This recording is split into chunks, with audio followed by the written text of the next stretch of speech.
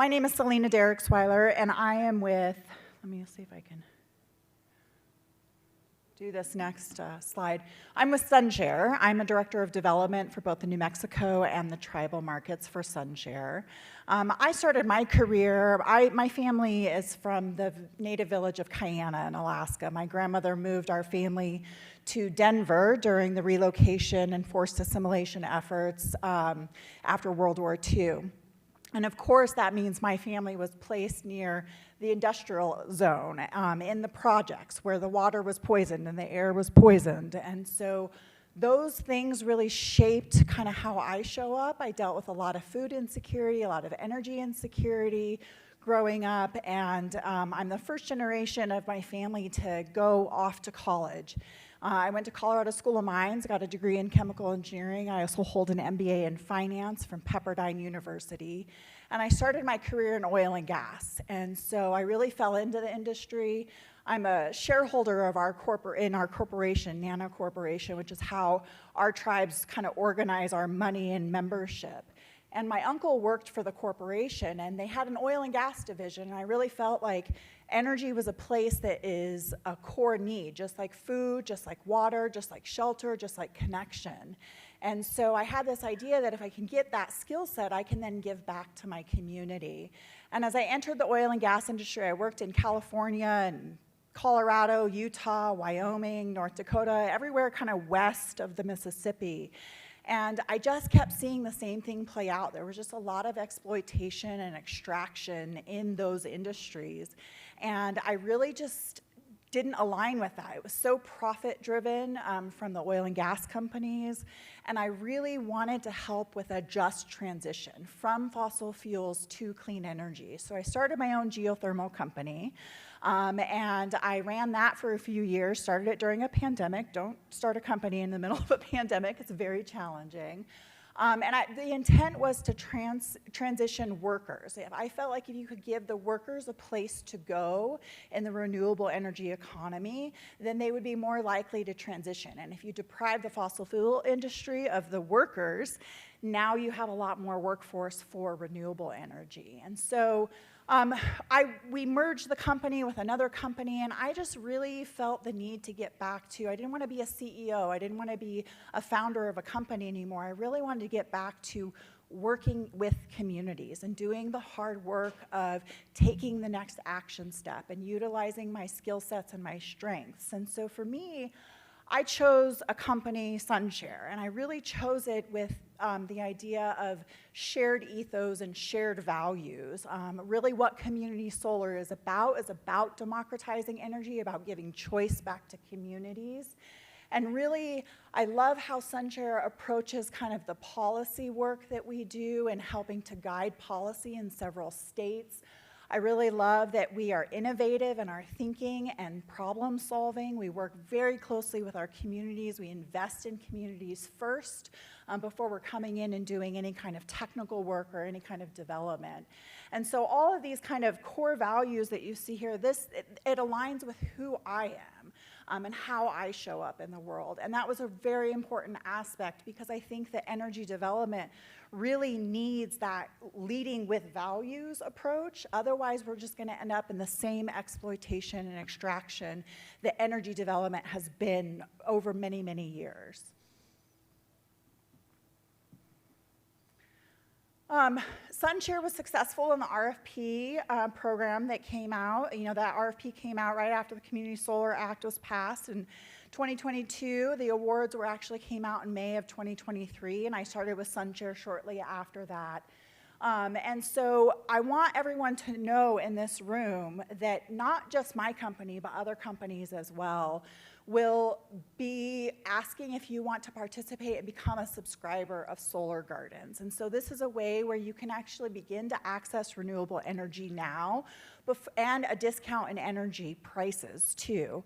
That's part of how a lot of the companies went through and made their commitments and their focus on those gardens. And so For SunShare, if you're in PNM or SPS territory and you get a bill from them, you are eligible to subscribe to the gardens. And so that subscription will be happening probably in the next 12 months or so. There was a deadline extension for that because the projects, this is a new program. We're all figuring it out as we go and writing the rules as we go and building the process that it takes to build a community solar garden. And so those parts and pieces, the projects won't be built this year. They'll likely be built next year, and that's when the energy savings would kick in for you. As I mentioned, one of the things that we really committed to was thinking about how we could build capacity in tribal communities. Community solar, to me, is synonymous with energy sovereignty, that self-determination, and gives an opportunity to integrate energy into communities in interesting ways. But I think it really starts with having no strings attached resources flowing into the communities first. Education changed my life, certainly. So one of the big commitments that we made was Navajo Technical University. They can use those dollars how they see fit. We didn't say you have to use them in a certain way, but the discussions we've had are around workforce development and education preparation for the renewable energy that tribes can lead the way on. We also donated dollars to the Coalition to Stop Violence Against Native Women. In my own family, this is something that I've been personally impacted. Many women in my family have been impacted by, and I think that over the years of forced assimilation and genocide, there's a component of we're left with some of these elements of trauma and the results of that trauma. And so if we are not also healing our communities as we are building our communities, I think we're just not going to make it. And so one of the important parts to me was also to invest in the resourcing and meeting the communities where they are, and I really love that. And then Sovereign Energy, I love working with Miney. She's been fantastic. It was wonderful to help plan this event with her, and she has just been a wonderful resource, and so we are very excited to provide some dollars so that she can have a scholarship fund through Sovereign Energy. One of the things that we do different, a little bit different than other solar developers, is what's called end-to-end management. We look a lot more like an independent power provider. And so we really go all the way from the beginning of the development, where you're finding sites, you're identifying sites, you're figuring out what works best for your community, how that's going to be integrated. And then we go through all the technical work, all the engineering, all the design, all of that's done in-house for us. And then we construct those solar gardens. And those solar gardens get connected and the power gets pushed into the grid, just like Pilar reviewed. And then the subscribers get to subscribe to those gardens. And we do the subscriber management on the end, too. So we're managing the construction and then the operations and subscribers as well. So oftentimes our subscribers will call us and we'll solve whatever problem they're having with the utility. They use us as kind of a liaison. So we really are just end-to-end management. Not every solar developer does that. Our goal when we're working with tribal communities is really to think about building capacity. If you want to learn how to do end-to-end management, we would like to share our knowledge with you and help you do that. It isn't intended to be that we come in and do it for you. I think that's not the best solution for most tribal communities. So I think this will be something as we talk through, how to develop a project. Where at do tribes and tribal leadership and tribal members make decisions in that development process? So I want to take just a step back because I have seen a lot of technical information kind of delivered out, and one of the things that I had to learn when I first stepped into solar and electricity development, right? I know how to get fluids out of the ground miles under the ground, and I know how to move that in a pipeline. It's different with electricity. Electricity is something where we can't tag electrons, right? We can't generate an electron and know that it shows up over here. To some extent, electricity is still a little bit of a magical thing for us, which I think is a really cool thing. But that piece of not knowing where electrons go, it becomes complicated then to manage all those electrons on the grid. Historically, the grid has been very centralized. There's one giant power plant, right? Coal plants are shutting down. That's an impact to tribal communities. the coal plants, as they shut down, some of them transition to natural gas, but there's a push to move away from that. And what that means is the grid is becoming more decentralized. And so we're really working on the distribution side of the grid. So it used to be that power plants, it would step up in voltage for the big transmission power lines that Pilar was talking about, and then it steps back down for the neighborhood transformer and into the distribution lines, which are the smaller poles that you usually see in and around houses and neighborhoods and businesses. And that's where community solar generates the power and pushes it onto the grid, is on the distribution side. And so that's why I want you to understand how community solar fits. One of the things that happens with electricity is when you start to move where you generate electricity to near where the load or where you're using the electricity, it stabilizes that grid. It creates more resilience in the grid. So that's a piece that, that's why community solar, I think, can be really beneficial to communities at large. It can be a makes sense approach to transitioning from extractive industries to renewable industries. So as I mentioned earlier, in my mind, community solar and energy sovereignty or self-determination are this one and the same, and that's one of the reasons that I sought out community solar as an industry and changed my career to work in this industry. I think that, you know, just like tribes, we have the right to determine how we want things to go. And we have the right to make our own decisions about energy, how it's generated, how it's distributed, who consumes it, how much they pay for it, and also balancing that with our view and values on the land and the water and our cultural aspects, what it means to give back to our communities and build that economic viability in our communities. And I think community solar does those same things. It gives choice back to the people who are using the energy to say, I want more renewable energy on the grid, and I want to be able to participate in this as a subscriber. It allows the communities to have say in how the garden is built, where it's built. They go to public meetings out in, you know, the state of New Mexico versus with tribes. There's going to be a lot of this kind of dynamic where there's information sharing back and forth and decision making that will happen. And so community solar really, to me, is just the definition. It really leads into that self-determination. So Pilar showed a large table that had lots of bullet points and lots of steps in development. And I just want to kind of bring it up. I'm also a more visual person, being an engineer, and so I hope pictures are also good for most of you. There's a lot of steps involved in development, but any kind of energy development that you do more or less follows this same kind of structure. And so there's a lot of planning and engineering, and planning can be that longer term strategic planning, right? A 20-year energy development plan.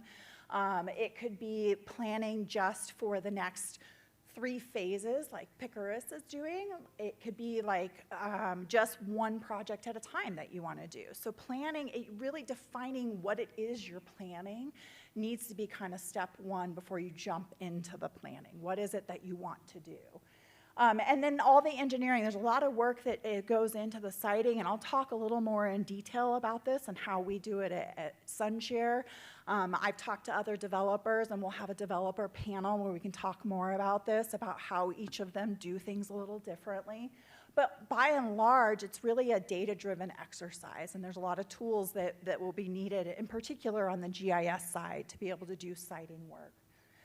A lot of regulatory and permitting work in the general sense. Regulatory is really around getting through the interconnection process. P&M folks are here today. I work pretty closely with Luis on a lot of the projects that we're developing at SunShare and working through that study process and what does it mean and what decisions do we need to make along the way. And then permitting is something that needs to be developed likely with tribes. And so you may not have a permitting matrix of like what you'll want and how you want it. That is something that a developer can guide through based on their experience. That's why it's important for a developer to have that experience. And so that permitting piece is something that is going to be unique to each tribe based on the structure of their government, based on the desire of what they want to do and achieve in their energy planning.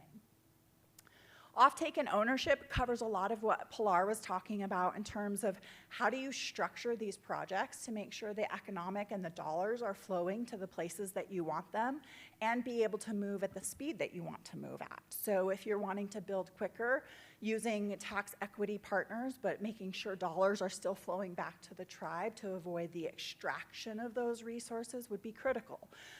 If you have the extra time and you really want to jump right into utility ownership and infrastructure ownership, then the structure of those agreements will look very different. But that's a core piece before you're doing any procurement and construction, before you're building those gardens, to know how that fits. And a lot of the planning and the regulatory and the engineering design flows into that offtake and ownership structure. And so it's really important for decision making to be centered around the tribe's voice and what they want to have happen. You know, it's not up to me to walk in. My tribe works different than how the Pueblos work. Minnesota Chippewa tribe works different. Seneca Nation works different than here in the Pueblos. And so I think it's really important to identify what that means for each individual Pueblo as well in that decision-making process. Like I said, in those early stages where you're kind of building to the framework of those final agreements, there's a number of steps that can happen. And you know, part of the intent of this is to let you know there's a lot of details to talk about. There's a lot of information and go back and forth. And so in the early stage, the viability analysis, this will work on tribal timelines. So however long you'd like to make this work, we'll make that work. But you can do a viability analysis in about 1 to 3 months. It is possible to get through all of that. It takes more dedicated teams and working. It takes more dedicated meeting times back and forth to talk with one another and make those decisions.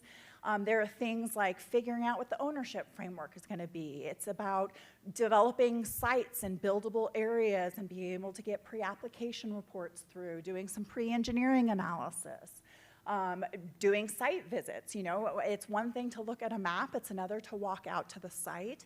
There's many things to consider when you're out on the site. If there's existing solar that needs to be evaluated and incorporated into the energy planning, that's something that's important. And also what the subscriber market might look like. You know, what Pilar was saying is when dollars are kind of flowing off of the tribal reservation, there may be other implications on the state having oversight on that. And so developing all of this and talking about all of this can really be done under an MOU or an engagement letter where there's no requirement that the tribe continue working with that partner, right? And so this is the structure for that phase 1. Phase 2 is really when you get into the details of project development. This is when you're entering the interconnection queue. Dollars start being more on the line, right? It can be $40,000 to go through a system impact study at the utility. So those dollars flow out before you know that you have a buildable project. And there's a risk component for that. And that may not be tolerable by the tribe. There may not be funds available. There could also be a planning to get those funds in place for that. And then, of course, entering into any kind of BIA and NEPA process, right? That's something that we still don't quite have that total sovereignty over, leasing our own land. I think in phase 2, one of the critical pieces is to have some kind of shared financial economic models that are going between a developer partner and the tribe. I think that is a way to build that transparency. And so that would be an important part. That also helps to evaluate some of the financial solutions, whether you're wanting to do direct pay, whether you want to do traditional tax equity, how you want to partner with your developer. And then really getting into phase 3 where you can get those final agreements in place. And once you have those final agreements in place and you have those final ownership structure, that's where you can be ready to build. So phase 2 is really going to be dependent on getting through the interconnection process, which right now is taking us about 9 months, 12 months, I think is where we're going to end up. That is the first round of projects, right? So the next round of projects ought to go a little smoother and a little faster because we'll know what the process is. But there's a lot of detailed work that gets put into this. So it's about 3 months for the viability analysis. It can be about 9 months for the project development. And then really when you arrive at the final agreements, it's really the summary of all the work you've done leading up to that. But it could take you another few months to finalize those agreements or finalize how the dollars are going to move. Pilar talked more about this, but I wanted to just kind of give like a high-level summary of the way that I think about how to structure the framework and the ownership of these projects. Traditionally, energy development has been developer-owned, right? It's just a tribal land lease. And I don't think that that is the best mode anymore for energy development. I wouldn't recommend that. The real potential for tribes to have economic development is for either a developer build to transfer, which this is something where if you haven't done solar, it's your first garden, it's your first step out. This might be something where you want to structure it to own anywhere from 10% up to 90% of the profits. And so it really depends on how you want to set up your entity and how you want to set up your profit flowing. But usually it's still done as a tax equity, which means the ownership is not transferred until maybe like year 5 or 6 is the way it works. There's not really any finance or construction risk for the tribe. That's probably the benefit here.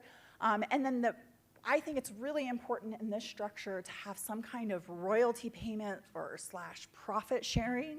The profit sharing, to me, on the first set of projects could really help push dollars into the community, thereby allowing there to be some kind of endowment fund or access to funds to be able to do grant matching, to be able to pay those dollars up front.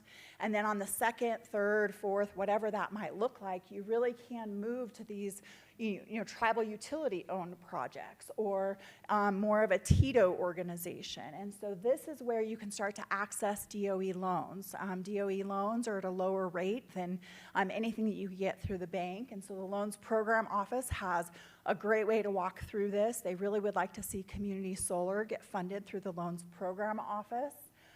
There is some tribal risk, though, on financing and construction, and so that's an element that the tribe needs to be able to take on. And it may not be done at the first phase or the first garden. It may be done at the third garden or the fifth garden.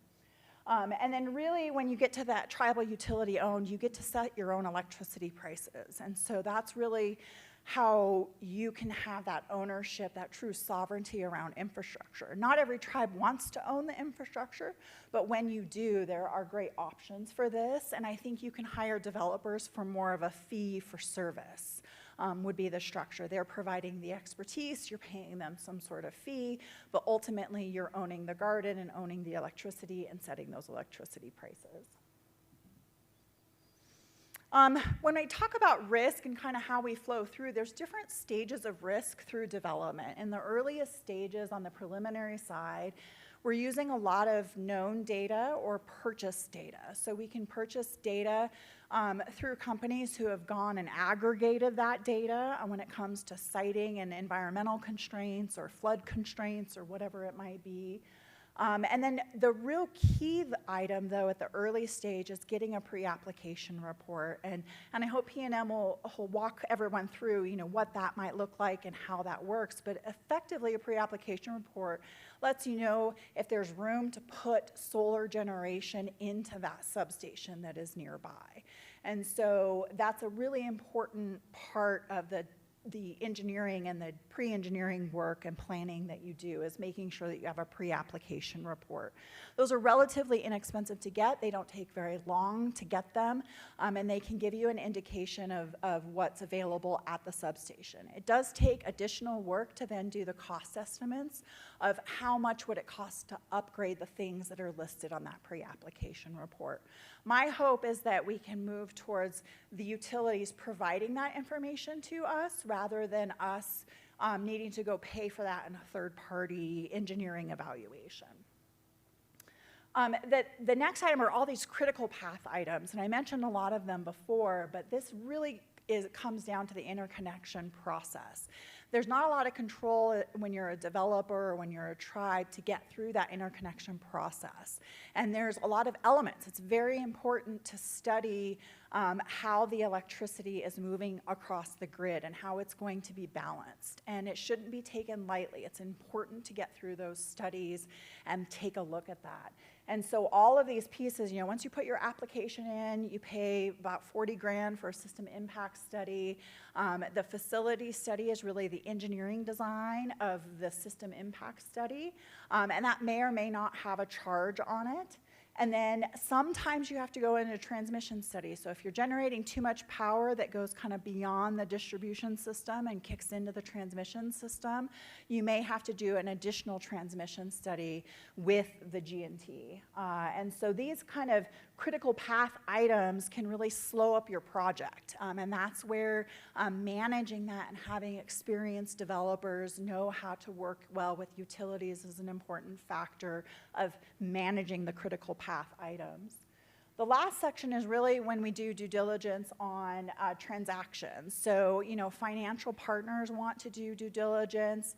You'll have BIA who's doing NEPA. You'll have DOE if you're having grant, or whoever else is providing your grant will want to do this review of how the final agreements are written, and are they written well, and have you done all the environmental studies? So all of these pieces, this due diligence happens throughout the process and will be several checkpoints in.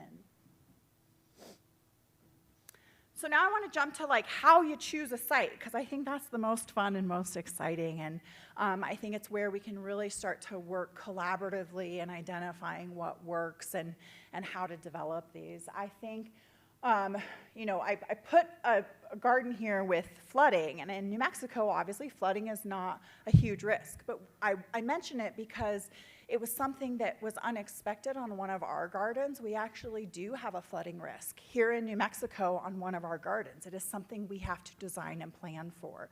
And so the more information that you can put into your design and your GIS work, the more data you can pull in, the better you can do siting work. And so, cultural constraints, I think, if your communities are anything like my community, we like to keep a lot of that stuff private. It's not really for the world to know those things. It's really for those belong to the tribe.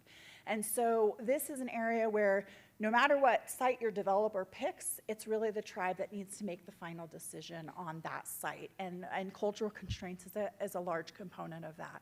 Cultural constraints could include even view shed, what we call view shed, which is what does it look like when you're standing here? What does the garden look like? Or what is it blocking your view from? I think that nature and integrating with nature, this can be done. Solar gardens can integrate, but they have to be planned that way. Environmental constraints, I mentioned flooding. There could be other environmental constraints. Some things like, this kind of goes into technical feasibility, but the slope of the land, right? If you're wanting to plan some agriculture to go along with your solar gardens, you don't want to be scraping the ground and removing all the healthy soil that's there. You really want to integrate that. So you want more flat land. And there's a lot of that here in New Mexico. There's lots of sunshine, lots of flat land. But there's also places where there are mountains, and I don't think we need to be carving out our mountains to lay in solar. I don't think that's a good use of our land. Economic factors, how are these dollars going to flow back to the community? And then, of course, how you fit in, where does the state have jurisdiction? Where does the federal government have jurisdiction? And where does the tribe have true sovereignty to make those decisions? So this is a visual of kind of how we go about our siting work. We really identify based on technical feasibility. So I sit down with my GIS analyst and I say, hey, I'm looking at sites in New Mexico, and I want them to be within 5 miles of a substation, and I want them to be within 1,000 feet of the feeder. And the reason I set those parameters is because the closer you are, the less cost that it is. So it's easy to go for the low-hanging fruit, if you will. That's kind of step one.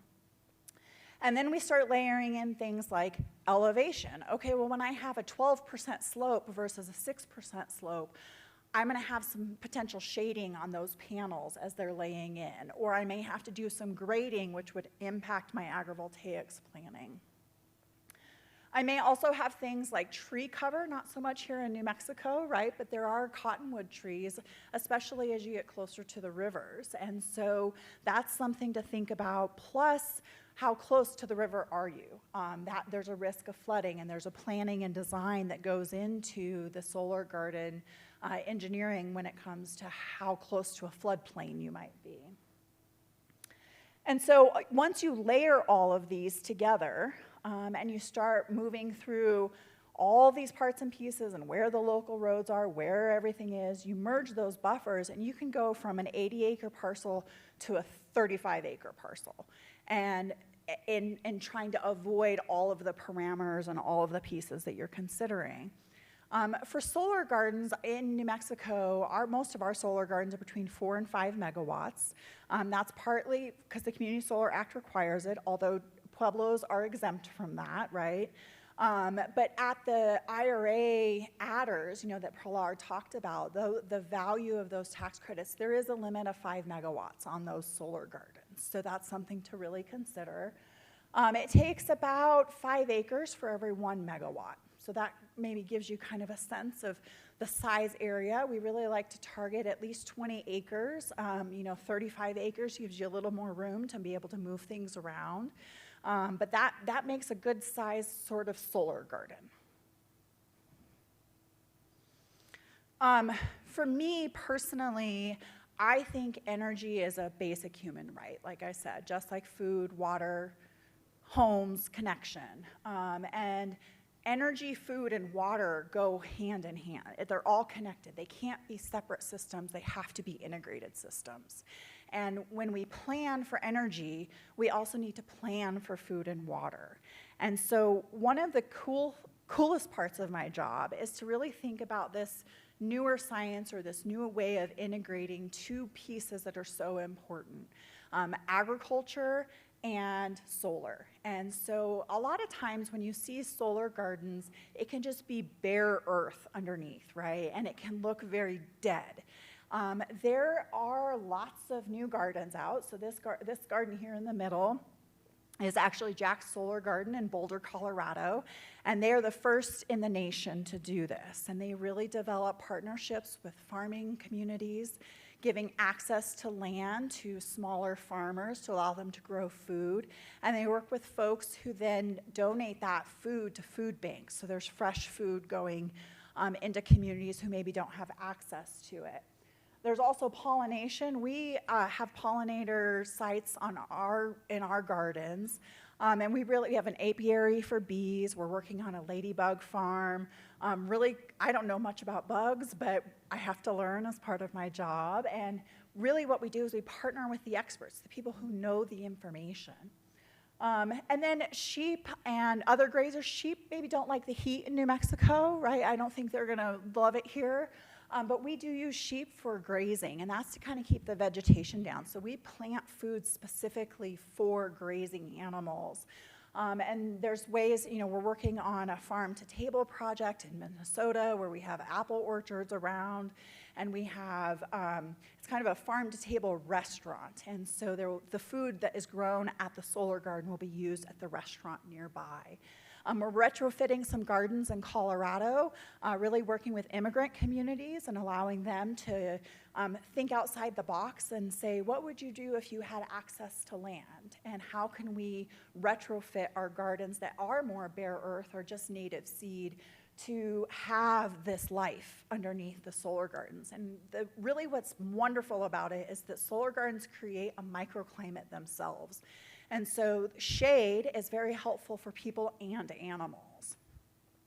And that shade, and then there's also dew that may run off the panels in the morning, and that creates another source of water that didn't exist prior to the garden being there. So when you plan all those pieces together, you can really start to maximize the use of the land and also integrate your energy with these other components. All of our gardens in New Mexico will have an agrivoltaics plan. That's something we have committed. We work with New Mexico Healthy Soil.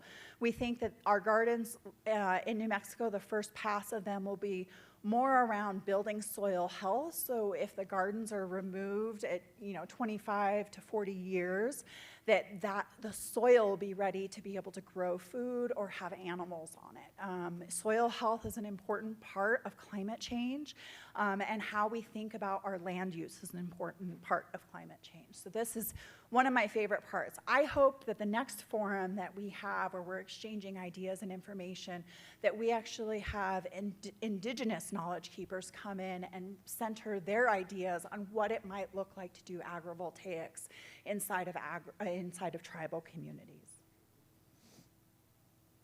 So as my last slide, and then I think we have a developer panel after this, I think that success can be really driven by keeping the guiding principles of self-determination or energy sovereignty in mind. The idea that energy should be accessible, and it should be affordable, it should be abundant for everyone. The collaboration and transparency are core pieces to be able to build this together and picking the right partner. For economic development, making sure that we don't just follow the same footsteps of the extraction and exploitation industries. We do it differently this time and really put environmental stewardship and sustainability and resiliency on the board as part of a core decision making. And then really centering it around community. It's my favorite part. It's why I'm in community solar. It's why I'm here. It's why I do what I do. I would really love to have champions that I can work with inside of tribal communities, whether it's a commission or a committee. I think having folks who want to do this work for their community where I can partner and that keeps the collaboration going. That's where I've seen it work the best.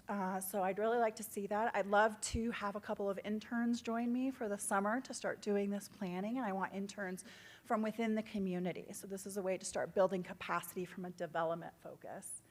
And then really centering action. Any action we take really needs to be driven on tribal timelines, right? We all know that it can take more time to get through all of the approvals, to talk through, to build consensus, to educate the community, educate the leaders, and that's okay. We should work within those timelines. We should also keep in mind the wonderful opportunity at the federal government level for the incentives that are available, as well as the things we can't control, like the process through the interconnection with PNM. And then that leads into our next panel, where we're going to talk about how to select the right partner and what type of partners there are. So I think that's a critical piece to success as well. And with that, thank you.